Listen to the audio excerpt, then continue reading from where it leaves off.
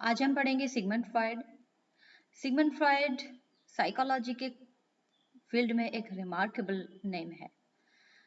Even the people belong to the other field except psychology.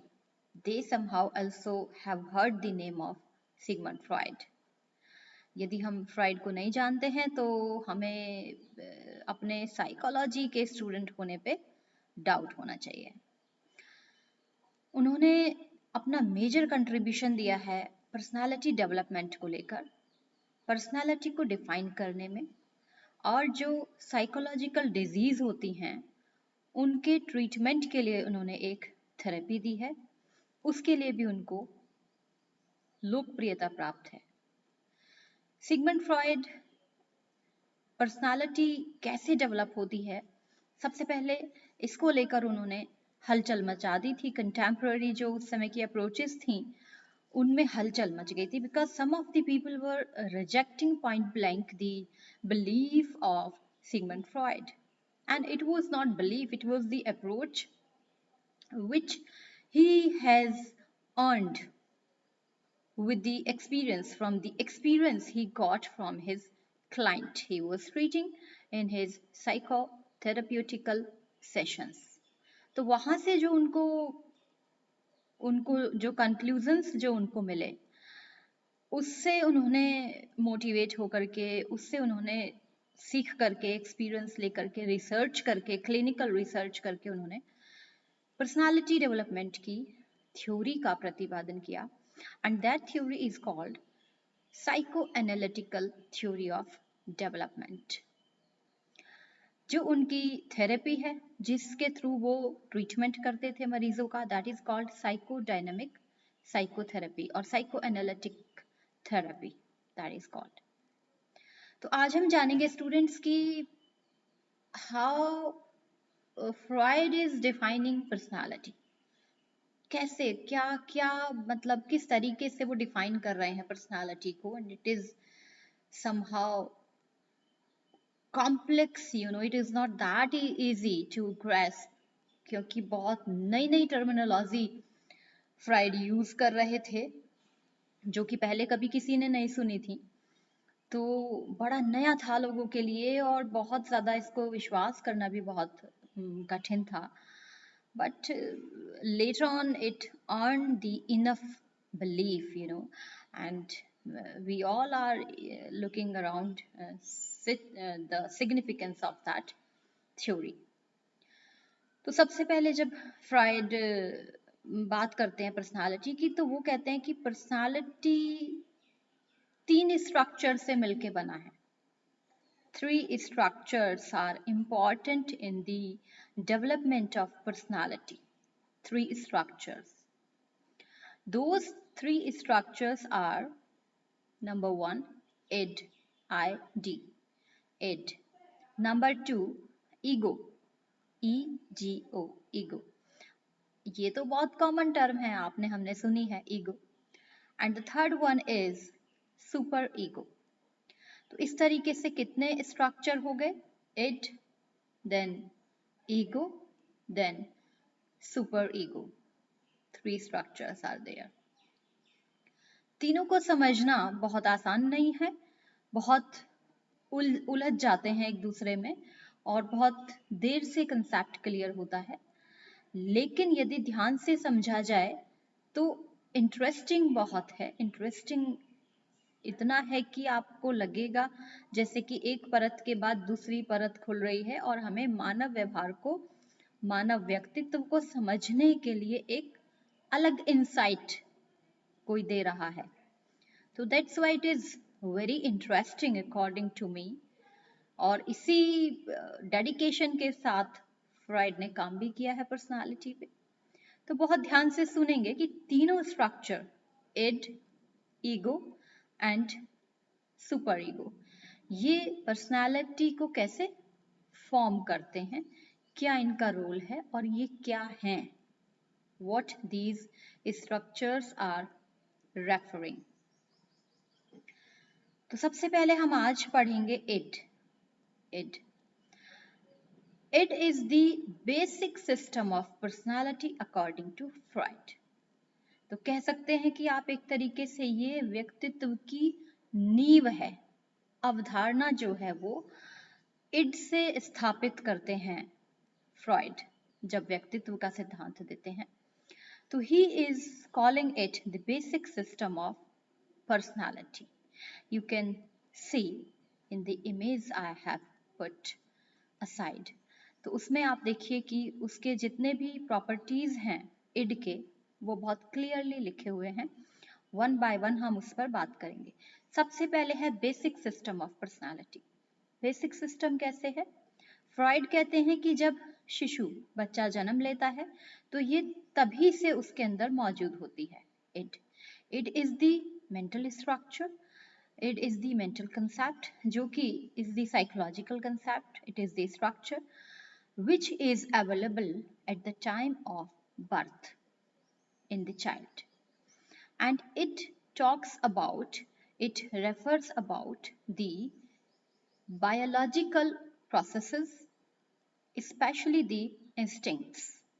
जो हमारी biological आवश्यकताएं होती हैं, जो हमारी इंस्टिंक्ट्स होती हैं, उससे संबंधित होता है end. And so because it is present, it is presented at the time of it is there at the time of the birth, so it is the basic system of personality.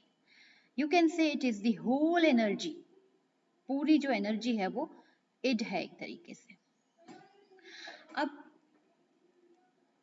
इसके बाद जब धीरे धीरे बच्चा बड़ा होता है तो दो और स्ट्रक्चर आते हैं, वो इसी में से डिफरेंशिएट होते हैं, इड में से.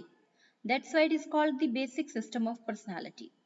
दो और स्ट्रक्चर जो हैं आपका ईगो एंड सुपर ईगो, वो जैसे जैसे बच्चा बड़ा होता है तो इसी में से, इड में से ही वो डिफरेंशिएट होते हैं. That's why it is called the basic system of personality. Ahead, Freud is saying id, the true psychic reality. True psychic reality is referring here the internal reality of a person, that is also called the subjective reality of a person, and it has nothing to do with the objective reality. समझ में आ रही है बात? मतलब ये है कि हम जो व्यवहार कर रहे होते हैं, जिस प्रकार का हम व्यवहार कर रहे होते हैं, वो तो सिर्फ एक टिप ऑफ दी पर्सनालिटी होता है, बहुत छोटा सा, बहुत एक कहिए छोटा सा हिस्सा है हमारा. अंदर हम बहुत ज्यादा विस्तृत हिस्सा लिए हुए होते हैं, और वो जो हमारा हिस्सा होता है वो बहुत निजी और नितांत केवल हम ही जानते हैं. वो हमारी इंटरनल, हमारी अपनी खुद की रियलिटी होती है. That's why. और उसको किसी भी चीज से, बाहरी जितना भी हमारा एनवायरनमेंट है उससे उसे कोई मतलब नहीं होता है कि बाहर क्या चल रहा है ना. हाँ, इसको आप ऐसे समझ लीजिए जैसे कि किसी बच्चे को भूख लगी है तो अब वो सिर्फ ये चाहता है कि उसको खाना मिल जाए, या किसी व्यक्ति को प्यास लगी है तो वो ये चाहता है कि उसको पानी मिल जाए. Especially the child. The example of the child would be very much suitable here. बच्चा ये चाहता है कि उसको भोजन मिल जाए, उसको खाना मिल जाए, उसको बाहर क्या हो रहा है, क्या समय है, इससे कोई मतलब नहीं है. तो ऐसे ही बड़े व्यक्ति के साथ भी होता है. इड हमेशा हमारे जीवन में, जब तक हम मरेंगे, जब तक हमारी मृत्यु होगी, इड हमेशा रहता है. ऐसे ईगो भी, ऐसे ही सुपर ईगो भी. आज हम इड के बारे में बात कर रहे हैं तो इसलिए हम इड को बहुत ज्यादा एलाबोरेट कर रहे हैं. तो it is the true psychic reality, यानी मेरी वास्तविकता जो है, जो बहुत निजी है और नितांत है, जो बहुत आंतरिक है, जिसको बाहरी किसी भी प्रकार की व्यवस्था से कोई मतलब नहीं है, वो इड होता है. That's why id is called the true psychic reality. It has nothing to do with the objective reality. Right? The third point is it reduces increased energy. id क्या करता है? id इच्छा की पूर्ति चाहता है. जैसे कि मैंने बताया कि बच्चे को भूख लगती है तो वो ये चाहता है कि मुझे खाना मिल जाए. आपको प्यास लगती है तो आप चाहते हैं कि आपको पानी मिल जाए। It because it is related with the biological process। जितनी भी हमारी जैविक आवश्यकताएं होती हैं और इंस्टिंक्ट होती हैं, उनसे इट संबंधित होता है। और जो वो इंस्टिंक्ट हैं, जो बायोलॉजिकल प्रोसेस हैं, वो सब अपनी पूर्ति चाहते हैं, वो चाहते हैं कि वो कंप्लीट हो जाए। जब भी आपके अंदर कोई बायोलॉजिकल ड्राइव, नीड, आपके अंदर नीड जब पैदा होती है, तो आपका जो बॉडी का एनर्जी लेवल है वो इंक्रीज हो जाता है, वो डिस्टर्ब हो जाता है। फॉर एग्जाम्पल, आपको भूख लगी है तो आप डिस्टर्ब हो जाते हो और आप इस कोशिश में लग जाते हो कि आपको जल्दी से जल्दी खाना, भोजन प्राप्त हो जाए। तो ऐसे में आपके जो शरीर का एनर्जी लेवल है वो डिस्टर्ब हो जाता है, वो बढ़ जाता है, एनर्जी लेवल बढ़ जाता है। एनर्जी लेवल बढ़ेगा तभी तो आप खाना प्राप्त करने के लिए, भोजन प्राप्त करने के लिए कोशिश करोगे ना। तो इसलिए एनर्जी लेवल बढ़ जाता है। एनर्जी लेवल बढ़ने की वजह से टेंशन इंक्रीज होती है, टेंशन बढ़ जाती है। It functions here to reduce that tension, to balance that energy, and with the process of balancing or reducing the level of that energy, it gets its pleasure। बात आ रही है समझ में? जब आपकी बॉडी का एनर्जी लेवल बढ़ा हुआ है तो आपका टेंशन लेवल भी बढ़ जाता है। इड फिर यहाँ पर एक्टिवेट होता है, उस एनर्जी लेवल को, उस टेंशन के लेवल को कम करता है, और उस टेंशन के लेवल को कम करने के बाद उसको प्लेजर प्राप्त होता है। That's why the next point is it is based on pleasure principles. That's why it is based on pleasure principles. It always seeks pleasure by reducing the tension. It always seeks pleasure. And how it reduces the tension? कैसे कम करता है tension को? भी हवा में तो कुछ नहीं हो जाएगा। अब भूख लग रही है, खाना चाहिए, तो लेकिन रात हो रही है, सपोज करो रात है, तो खाने का तो अभी प्रबंध नहीं हो सकता है। तो किस तरीके से, या फिर आप ये दूसरा इसको ऐसे ले लीजिए कि आप ऑफिस में हो और आप काम करने में लगे पड़े हैं और अभी लंच का टाइम नहीं हुआ है, लेकिन आपको भूख लग रही है, तो कैसे बॉडी का जो एनर्जी लेवल है वो तो इंक्रीज हो गया because of the hunger you are feeling. Hunger you are feeling, that is the biological instinct and process, and it is increasing the level of energy as well as the tension is increasing. It will function to reduce its level of tension. Kaise? How? It opts two process for that, to reduce the level of tension. दो process को वो follow करता है।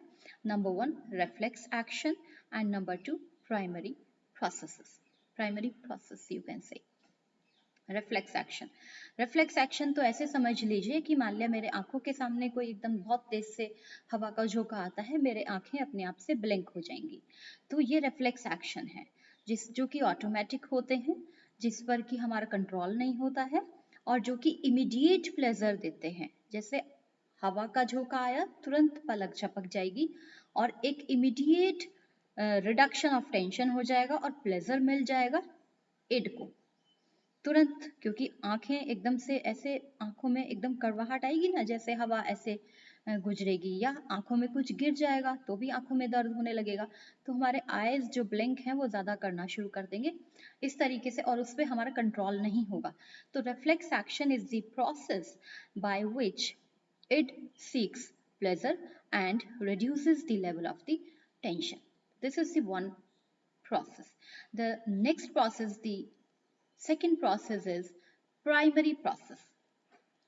Primary process is somehow psychologically complicated.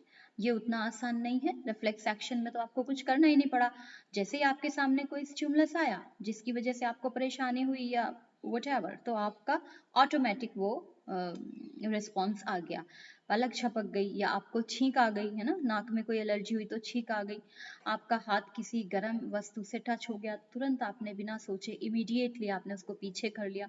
इसका मतलब immediate release of the tension with the help of the reflex action. तो इसमें आपको बहुत कुछ नहीं करना पड़ा। primary process. It is somehow complicated, psychologically complicated. इसमें क्या होता है, जब इड को कोई भी इच्छा की पूर्ति करनी होती है तो वो मेंटल इमेज फॉर्म करता है। जैसे कि अभी ऑफिस वाला एग्जाम्पल लेंगे, जहां पर कि आपको भूख लगी थी और आप चाह रहे थे कि आपको भोजन मिलना चाहिए, लेकिन आपको पता है कि अभी तो लंच का टाइम नहीं हुआ है, तो इड क्या करता है, भोजन की इमेज फॉर्म करता है अपने दिमाग में, that is called mental image.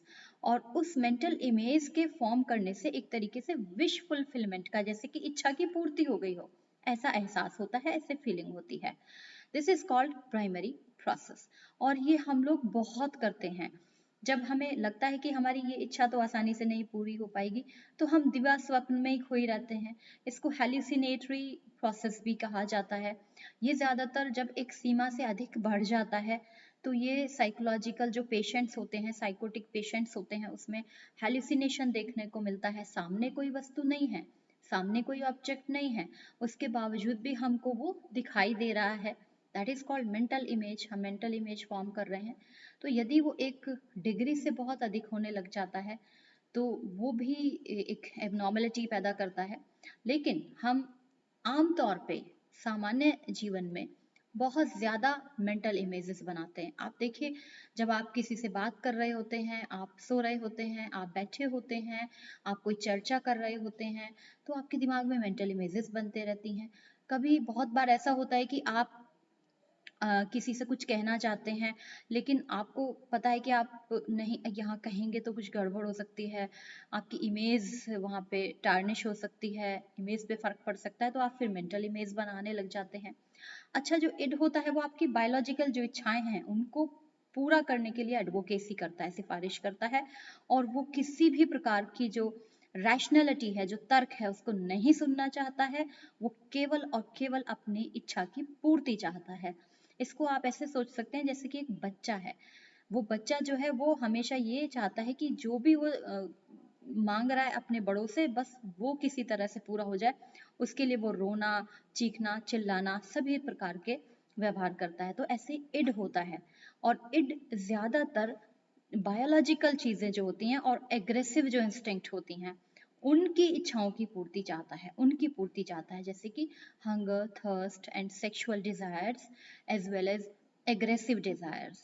Aggressive desires में भी आप बहुत कॉमन एग्जाम्पल ले सकते हैं। सपोज झगड़ा होता है, झगड़े में या फिर आप समझिए कि आपको कोई आपका बड़ा डांट देता है, तो अभी आपको बहुत बुरा लगता है। अब इड इड क्या सोचता है, क्योंकि आपको गुस्सा आ रहा है, इड सोचता है इसको रिलीज करे। तो आप ऐसे में मेंटल इमेज बना सकते हैं कि मैं भी ऐसे कह सकता हूँ, मैं भी इतना उल्टा बोल सकता हूँ, और आप साथ ही साथ दिमाग में मेंटल इमेज उसकी बना सकते हैं। तो this is the primary process, जिसके थ्रू की वो अपनी इच्छा की पूर्ति करता है, प्राइमरी प्रोसेस। तो this is all about id. तो id is the basic reservoir of the personality, it is the true psychic reality. Psychic reality पे बहुत जोर है फ्राइड का, क्योंकि ये आपकी इनर रियलिटी है, इसका बाहर वाले को पता नहीं होता है, और आपको इड को कभी भी बाहरी दुनिया से कोई मतलब नहीं होता है। उसे सिर्फ अपनी इच्छा पूर्ति से मतलब होता है। It is that thing. ये बेसिक सिस्टम ऑफ पर्सनालिटी है। ये जब आपको कोई भी इच्छा उत्पन्न होती है, इसकी लेवल ऑफ एनर्जी बढ़ जाता है। एनर्जी बढ़ने से टेंशन बढ़ती है, टेंशन बढ़ने से इड एक्टिवेट हो जाता है, वो टेंशन को घटाना चाहता है। घटाने के लिए वो दो प्रोसेस का प्रयोग करता है। यदि सुटेबल है तो रिफ्लेक्स एक्शन के थ्रू काम चल जाता है, कुछ और इच्छा है तो प्राइमरी प्रोसेस का उपयोग करता है। प्राइमरी प्रोसेस में वो मेंटल इमेज बनाता है। मेंटल इमेज और मेमोरी इमेजेस को ही विश फुलफिलमेंट कहते हैं। लेकिन प्राइमरी प्रोसेस से ही काम नहीं चल जाता है। एक भूखे व्यक्ति ने यदि अपने दिमाग में खाने की इमेज बना ली, तो इससे ही तो काम नहीं चल जाएगा ना, उसको भोजन चाहिए। वास्तविकता में तो उसकी इच्छा तब पूरी होगी जब उसको भोजन चाहिए। तो भोजन को ढूंढने के लिए व्यक्ति सेकेंडरी प्रोसेस अपनाना शुरू करता है, और जब उसे सेकेंडरी प्रोसेस अपनाने का ज्ञान होने लग जाता है, वहीं से सेकंड स्ट्रक्चर ऑफ पर्सनालिटी का जन्म होता है, and that is called ego. You know this was the whole we were talking about id है ना। लेकिन अब सेकेंडरी प्रोसेस, अब मैं खाना खोजने निकलूंगी। अब मेरे को पता है मेरा टिफिन कहाँ रखा है and it is the lunch time. तो अब मुझे टिफिन को ग्रैब करना है और खाना शुरू कर देना है, तभी मेरी इच्छा वास्तविकता में पूरी होगी। This is called secondary process, and this secondary process is regulated by ego. Ego को हम बहुत डिटेल में अपने नेक्स्ट एपिसोड में पढ़ेंगे। तब तक के लिए आप आई थिंक इड समझ गए होंगे। कोई भी क्वेश्चन है तो आप इनबॉक्स में, आप डिस्क्रिप्शन बॉक्स में उसको, आप कमेंट बॉक्स में उसको पुट कीजिए and I will be answering you. Thank you so much, bye bye, take care.